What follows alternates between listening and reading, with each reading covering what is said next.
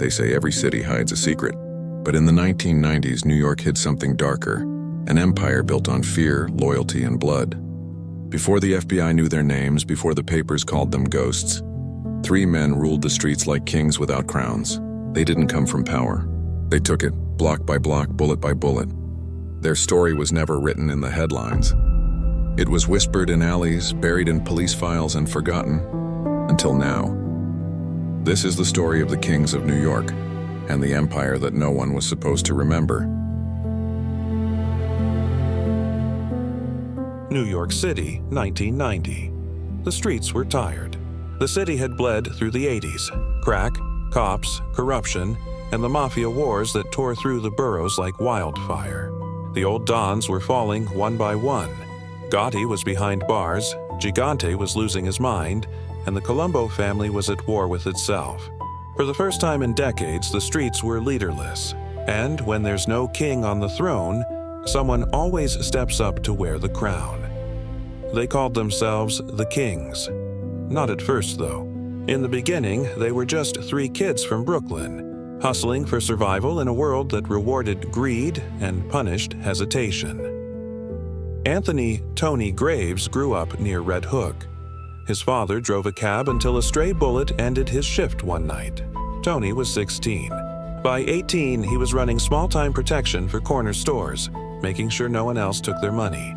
He had that cold kind of intelligence that made men twice his age listen. People said Tony didn't blink when someone raised a gun. He just looked back and smiled. Marco "Blade" Rossini was half Italian, half Puerto Rican, quick temper, faster knife. He'd done time in juvie for stabbing a guy who tried to rob his cousin's bodega. Marco was loyalty mixed with violence, the kind of man who'd laugh while the world burned. He had a way of turning fear into respect, and respect into business. Then there was James Ray Walker, the youngest, a former mechanic with a gift for engines and a taste for fast money. He wasn't a killer, at least not yet, but he drove like the devil himself, and in those days, that was enough. They met in a rundown bar off Flatbush Avenue called the Neon Light, a place where the jukebox never worked and the bartender didn't ask questions. It started with talk about how the old families were finished, how the city belonged to no one now. Talk about Colombians flooding the boroughs with pure cocaine, and how there was no organized system left to move it. Talk about opportunity. By the time the night ended, the Kings were born. The first few months were chaos, street-level deals, stolen cars, fake IDs, and a few missing bodies that no one bothered to look for. Tony had a rule. No witnesses, no second chances. They weren't playing by old Mafia codes. No omerta, no family dinners, no fake honor. This was a new age, money over blood, control over respect. They started small. Marco had connections with Dominican suppliers up in Washington Heights, who got their shipments from Medellin. Ray handled transport, vans, trucks, even ice cream carts. Anything with wheels could carry powder. Tony handled the cash and kept everyone in line. By the end of 1991, the Kings were moving close to 10 kilos a week through Brooklyn and Queens. Their product was cleaner, cheaper, and faster to move than anything left from the old cartels. Street corners started changing hands. Small gangs either joined them or vanished. The city began to whisper the name Kings with the same mix of fear and respect once reserved for the Gambinos. There was one moment people later called the night they took the city. December 19th, 1991. The night snow fell like ash over Flatbush. A rival crew, the Crown Avenue Boys, had been robbing one of the Kings' stash houses for weeks. Tony sent a message. He invited their leader, Rico Alvarez, to the Neon Light to talk business. Rico showed up with 3 men, all armed. Tony came alone. Inside that smoky bar, under flickering lights, the future of New York's underworld changed hands. "You think this city's yours?" Rico said, chewing on a toothpick. Tony just looked at him, calm. "Nah," he said. "The city doesn't belong to anyone. It belongs to whoever's willing to bleed for it." The first gunshot came from Marco, waiting outside. In seconds, it was over. 4 men dead. The bartender kept pouring whiskey like nothing happened. Tony wiped blood from his face, looked around, and said, "Clean this up. Tonight, we bury the old names." That was the night the Kings became real. By 1992, their influence stretched from Coney Island to Harlem. They were no longer just a gang, they were a network. Tony introduced a tax on all cocaine entering Brooklyn, 10%. You paid, you sold. You didn't pay, you disappeared. They bought laundromats, car washes, strip clubs, classic fronts for money laundering. Ray expanded transport to New Jersey and Pennsylvania, using fake plumbing companies as cover. Marco handled security, armed men, untraceable guns from Florida, new cars every week. Even police started to bend. A few envelopes in the right pockets turned red lights green. Some detectives looked the other way. Others drank on the King's tab. And if one refused, well, accidents happen in New York. The newspapers didn't know who they were yet, but the FBI did. By late 1993, an agent named Michael Carter began assembling files under a quiet code name, Operation Asphalt King. He'd seen the pattern: unexplained cash flows, rising violence, missing street dealers. He knew a new power was rising, something different from the Mafia. Faster, younger, more ruthless. But Carter also knew one thing. The Kings were ghosts. No hierarchy, no public face, no weak link, just rumors and bodies. Meanwhile, the Kings grew rich. Tony bought a warehouse near the Brooklyn docks. Inside, crates of imported coffee from Colombia arrived weekly. The smell of gasoline mixed with cocaine dust in the air. Workers moved like ants, never speaking, never looking up. On the walls, cameras watched every corner. Tony liked control, the kind you could touch. He never trusted banks. The money was washed through nightclubs, places like Velvet Room, Blue Heat, the Electric Church. On Fridays, politicians and cops sat at the same VIP tables as killers. Money didn't care about morality. In 1990s New York, cash was God. Tony once said to Marco, standing on the roof of a warehouse overlooking the skyline, "Look at that, man. The towers, the bridges, the lights. Everyone down there's chasing something. We just learned to chase faster." Marco grinned. "And dirtier." They laughed, but even then the cracks were forming. Ray had started using the same powder they sold. Marco was growing unpredictable, drunk on power, quick to violence. Tony, meanwhile, was planning expansion to Miami. The dream was to build a chain from New York to Florida, a cocaine highway. But dreams that big always draw eyes. By the end of 1993, the murders became impossible to ignore. Rival dealers found in cars, missing fingers, burnt warehouses, informants gone silent. The Kings didn't leave warnings, they left examples. And yet, Tony kept an illusion of control. Donations to churches, clean public persona, fake charity events.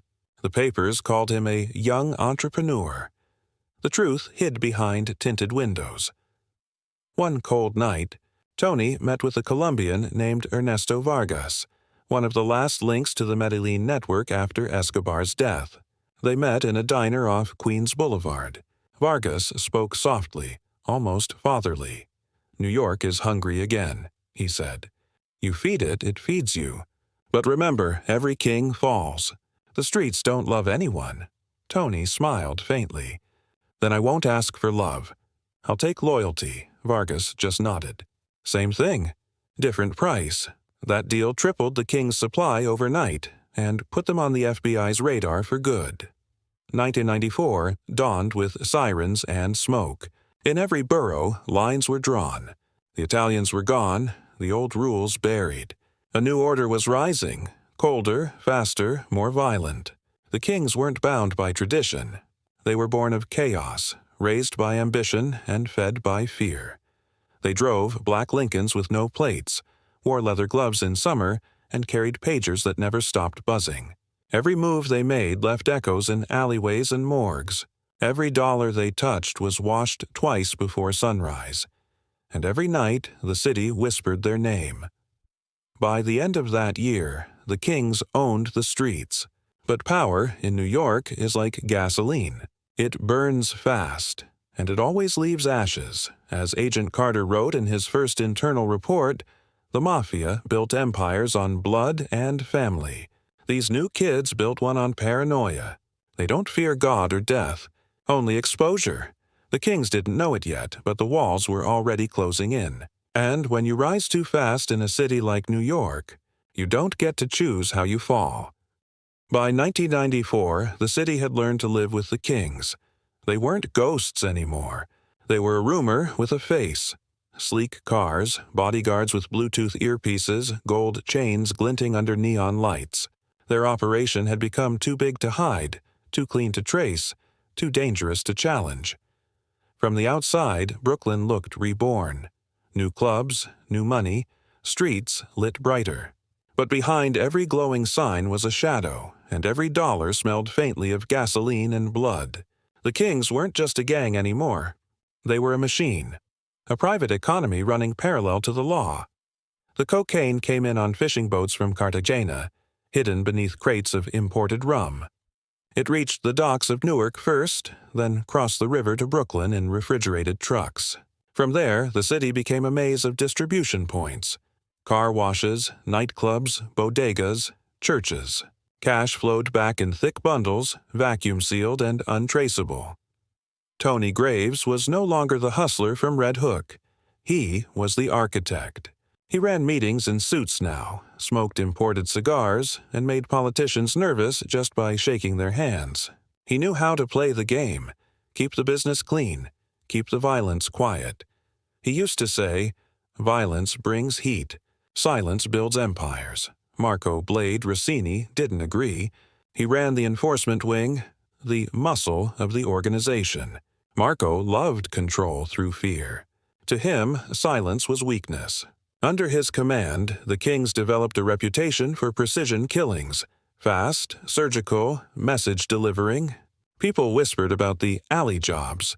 2 bullets to the chest, 1 to the head, wallet left untouched. The cops called them professional. Marco called them necessary. It was Marco who created the Red List, a handwritten ledger of the people who had crossed the kings. Some were rivals. Some were witnesses, some were just unlucky. The Red List was never long, but no name ever stayed on it for more than a week. By 1995, that list had made the kings untouchable. No one talked. No one dared, but power changes people. James Ray Walker, once the loyal driver, had begun using more than he sold. He was snorting his profits, losing focus, talking too loud in bars. Cocaine didn't just run the city. It ran through its veins. Even the men who moved it weren't immune, Tony noticed.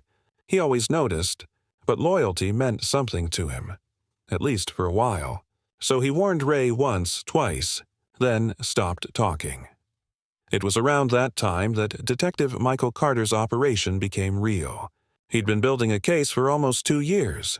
Surveillance, wiretaps, financial trails. But the kings didn't leave trails. They moved cash, not credit, guns without serials, phones without numbers, cars without plates. Carter started small. He flipped one of their drivers, a kid named Deshaun Miller, 22, busted for gun possession. Deshaun talked about the trucks, the warehouses, the docks. He didn't know much, but he knew enough to get the FBI's attention. In early '95, Operation Asphalt King became official. A joint task force of the FBI, DEA, and NYPD Organized Crime Bureau started tracing every delivery from the docks. They watched, they listened, they waited. And Tony, he knew. He always knew when someone was watching. To distract attention, the kings went legitimate, at least on paper. Tony opened a company called Graves Logistics, registered in Delaware, claiming to move imported beverages. The business looked clean. Money started flowing through real accounts, real invoices, real signatures. But beneath that thin layer of paperwork was an empire built on lies. Meanwhile, Marco expanded operations into Queens and the Bronx. He recruited from smaller street crews, former Bloods, Latin kings, and ex-soldiers from the Dominican gangs. They wore new jackets but the same hunger. Soon, every corner bar, every late-night club, every auto garage had someone on the king's payroll. And then there were the politicians. Tony had a rule. You can't own the city if you don't own the men who write the rules. Campaign donations started flowing to local councilmen. One assemblyman from Brooklyn Heights, a man named Charles Renner, suddenly found himself with an expensive new car and a quiet envelope every month. Zoning laws changed overnight. Nightclubs that were once under constant inspection suddenly passed every safety check. In exchange, the kings kept the streets peaceful. No random shootings near tourist areas, no public chaos. New York got cleaner. The kings got richer. By summer 1995, they were moving 25 kilos of cocaine a week, pulling in nearly $500,000 every 7 days. The cash was trucked to a small warehouse near Sunnyside, where Ray and 2 accountants counted it under buzzing fluorescent lights. They used vacuum sealers, industrial dryers, and furniture stuffing to hide the bundles. At night, Tony would walk through the stacks of wrapped money and say softly, "Every dollar's a heartbeat." The trick is keeping it alive. He wasn't wrong. Money was the only pulse that mattered. But the louder it beat, the easier it was to hear. It was a reporter who first cracked the silence. Lena Morell, a young investigative journalist from the Village Voice, began tracing property records tied to Graves' logistics. She noticed the same name popping up, Anthony Graves, on real estate documents for laundromats, car washes, and strip clubs. She started asking questions. 2 weeks later, she was found dead in her apartment. Overdose, official report said. But Carter knew. Everyone knew. The city learned quickly not to ask questions about the kings. Inside the organization, paranoia was growing. Tony became distant, quieter, more cautious. Marco grew louder, angrier, unpredictable. He wanted expansion. Miami, Chicago, maybe even LA. Tony refused. "We grow too fast, we burn too fast," he said. Marco slammed a glass on the table. "Then what's the point of being king if you're scared of fire?" That was the first real fracture. By late 1996, Carter's task force had wiretaps on 2 of their warehouses and a club in Queens. They intercepted a phone call, Marco arguing with Ray about missing money. 3 days later, Ray's car was found abandoned near the East River. No body, no witnesses. Just blood on the driver's seat and the faint smell of gasoline. Carter filed the name James Walker into the official case file as presumed dead. Inside the Kings, no one said his name again, but for Tony, that night marked the beginning of the end. He started sleeping in different places, driving different cars, using burners instead of pagers. He looked over his shoulder more often than he looked at the skyline. He could feel the city turning. The same streets that once made him rich now whispered against him. In his office at the docks, Tony stared at a map of New York, dotted with red pins marking his operations. He traced a finger along the river from Brooklyn to Manhattan and said quietly, "This city used to belong to men like me. Now it belongs to cameras." He was right. The FBI had installed microphones under the docks that same week.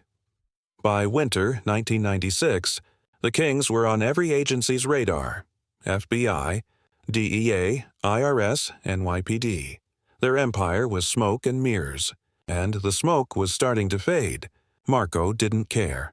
He'd gone full warpath, killing a Colombian lieutenant who'd questioned a shipment's price. That move cost them their South American supplier. Within weeks, the Colombians cut off the flow. The King's empire began to choke. Prices rose, shipments slowed, and men started talking. Some to cops, some to rivals, some just to survive. Carter finally had his break. One of Marco's soldiers, Luis Vega, was arrested in a gun raid. Facing life in prison, Vega flipped. He told Carter everything: the docks, the warehouses, the payments to politicians. He gave them what they needed: a location, a time, and a name. They moved the big load every Friday, Vega said. Graves is there in person. Carter wrote it in his notebook, underlined it twice. January 10th, 1997. The docks were silent, wind slicing through the fog. A convoy of unmarked vans rolled up under the bridge lights. Inside, one of them sat Tony Graves, calm as ever, reading a newspaper. He didn't know the FBI had cameras watching every move, every box unloaded, every handshake recorded. When the sirens hit, it was chaos. Flashing blue lights, shouting agents, guns drawn. Men ran. Shots echoed off the water. Tony's car peeled out, tires screaming, disappearing into the dark. He escaped that night, barely. But the Empire didn't.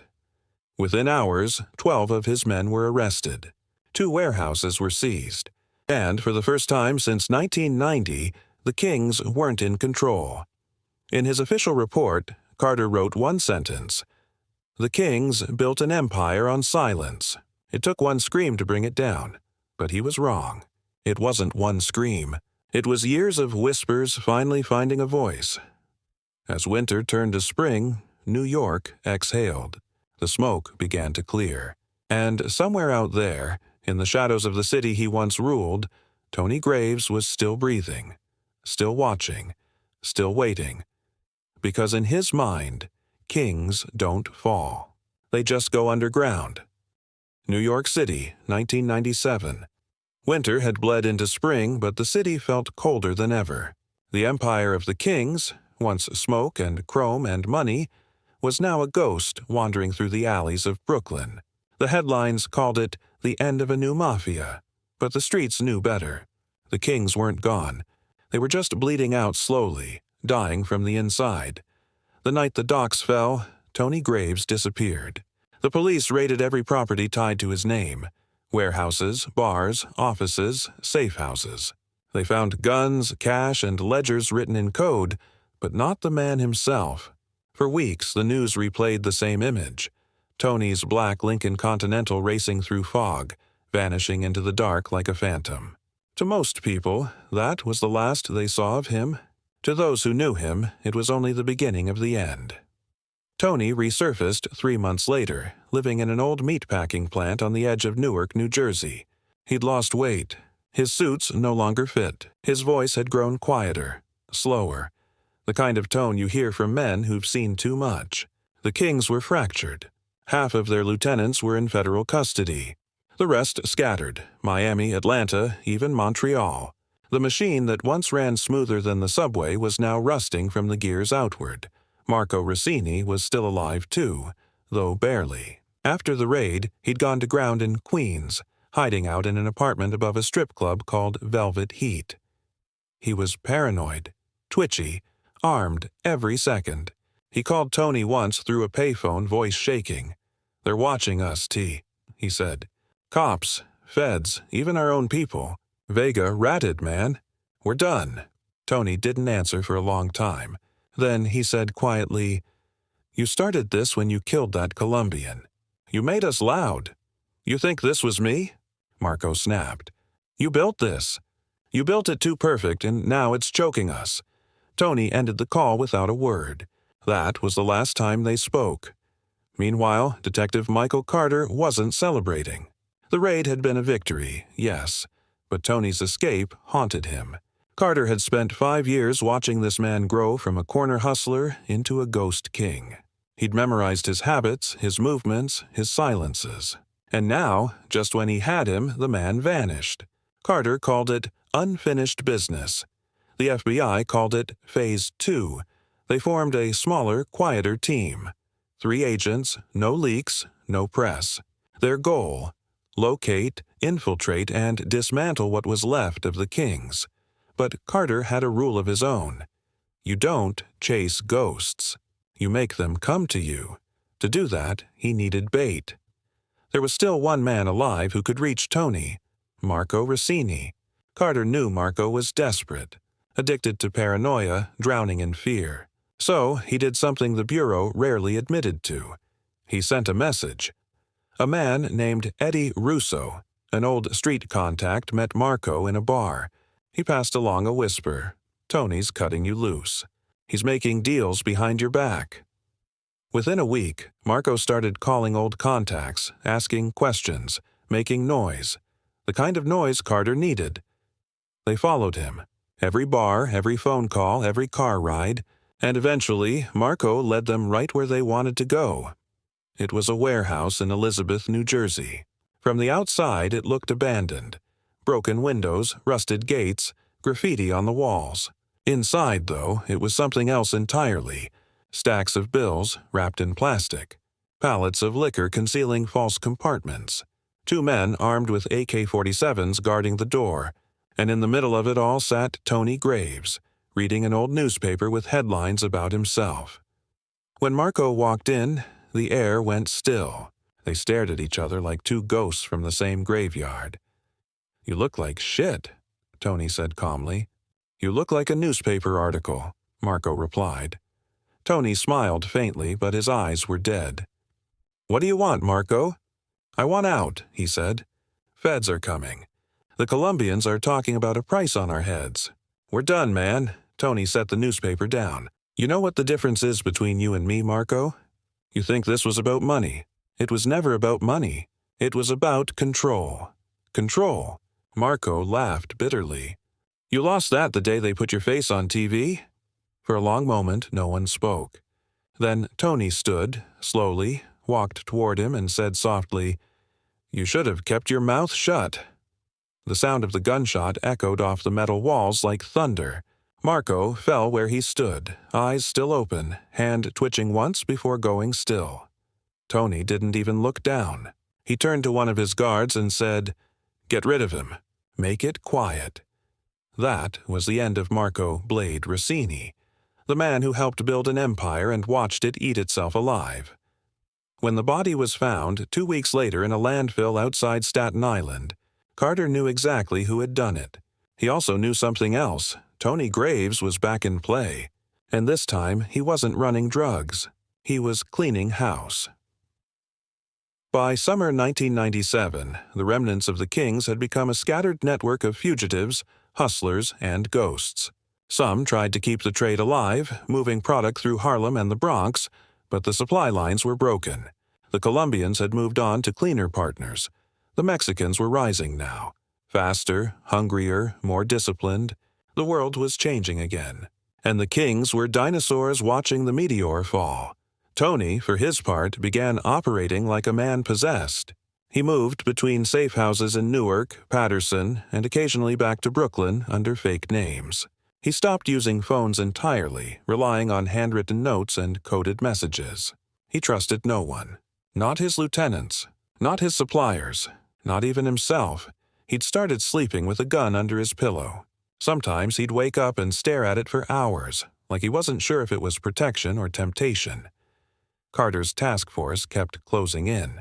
Using Marco's last calls and Vega's earlier testimony, they traced a web of shell companies, offshore accounts, and storage facilities. In September 1997, they hit a small warehouse in Hoboken and found something unexpected. Audio tapes, dozens of them, recorded conversations from inside the King's inner circle. Tony had recorded everyone. Friends, enemies, suppliers, even his own men. He'd been documenting his empire like a historian of crime. On one tape, you could hear Marco laughing. "They'll never catch us, T. We're too smart." And Tony replying quietly, "No one's too smart. Not forever. The FBI played that tape for months." Carter listened to it every night, memorizing every pause, every breath. He said it felt like Tony was talking directly to him. Then came the leak. In October, someone inside the bureau tipped off a journalist from the New York Post that the new Gambino was still alive and operating across the Hudson. The headline read, "King of New York still reigns from the shadows." The story went viral. Tony saw it, and for the first time in his life, he panicked. He called his last surviving lieutenant, Carlos Red Morales, a Dominican-born ex-soldier who'd run shipments since the early days. They met in a safe house in Patterson. Tony was pale, exhausted, chain-smoking through the night. "They're everywhere, Red," he said. "Phones, streets, faces I don't recognize. They know too much." "Then we run," Carlos replied. "We take the money and disappear. Colombia, maybe Spain." Tony looked at him, really looked at him, and shook his head. "You don't run from a city that made you. You just find a quieter corner of it," Carlos exhaled. "You're gonna die here, boss." Tony smiled thinly. "Everyone dies somewhere." That was the last confirmed conversation anyone had with Carlos Morales. 3 days later, his car exploded outside a diner in Newark. The papers called it gang retaliation. Carter called it Graves cleaning up. By 1998, the empire was dust. But Tony refused to disappear completely. He began reaching out to old contacts, Russians in Brighton Beach, Albanians in the Bronx, even remnants of the old Italian families, trying to rebuild something, anything. But the world had moved on. The Russians were into cyber scams and weapons now. The Italians had gone quiet. The city no longer needed kings. It had corporations, hedge funds, and politicians for that. Tony Graves was a relic from another era, and the streets could smell it. Carter knew it too. He was close now. Every instinct told him Tony was preparing to run. Maybe south, maybe out of the country. But he couldn't just wait. He wanted to see it end with his own eyes. He found the lead he needed from an unlikely source, a mechanic in Newark who serviced Tony's old Lincoln. The man mentioned a new car, a white van, registered under a fake name but traced back to one of Tony's dummy corporations. It had been parked in an old factory lot outside Jersey City. The same lot where the Kings had once loaded their first shipment. It was poetic and fatal. March 12, 1998. Rain poured down in sheets, washing the city clean for a night. Carter's team surrounded the factory quietly. No sirens, no lights. Just the hum of engines and the click of safeties. They'd learned from the past. No media, no chaos, just closure. Inside the warehouse, Tony sat at a small metal desk surrounded by silence. Stacks of old bills, dusty bottles of rum, and a single photograph. The three of them, Tony, Marco, and Ray, laughing outside the neon light in 1990. He looked at it for a long time. Then he folded it neatly and slid it into his jacket. When the door burst open, he didn't reach for his gun immediately. He just raised his head, calm, eyes half closed, like a man who had already made peace with his own ending. "Anthony Graves," Carter said, stepping forward, gun steady. "It's over," Tony smiled faintly. "Nothing's ever over in this city, detective. Put the weapon down." He stood slowly, rain leaking through the broken roof, dripping down his face like tears. "You know what the problem with kings is, Carter?" he said softly. "They start believing the crown makes them immortal." He drew his gun in one smooth motion, not toward Carter but toward the floor, firing a single round into the concrete. The echo was deafening. A dozen guns answered instantly. Tony Graves fell backward, blood pooling around his head, the sound of thunder rolling over the river. The report listed it as justified use of force. But Carter never called it justice. He called it inevitability. In his final case file, he wrote a single line. "Power in this city doesn't die. It just changes its face." 6 months later, the docks reopened under new ownership. The warehouses were converted into condos. The neon light bar was torn down and replaced with a Starbucks. People forgot the names, the faces, the stories. But in the quiet corners of Brooklyn, old men still whispered about the days when the streets were ruled by kids with no family name, no code, no mercy, only ambition. They said if you walked the right alley on a cold night, you could still hear the hum of engines, smell the smoke, and see 3 silhouettes standing in the rain, planning an empire that was doomed before it began. The kings were gone, but their city, their kingdom, never really changed. It just found new kings to crown,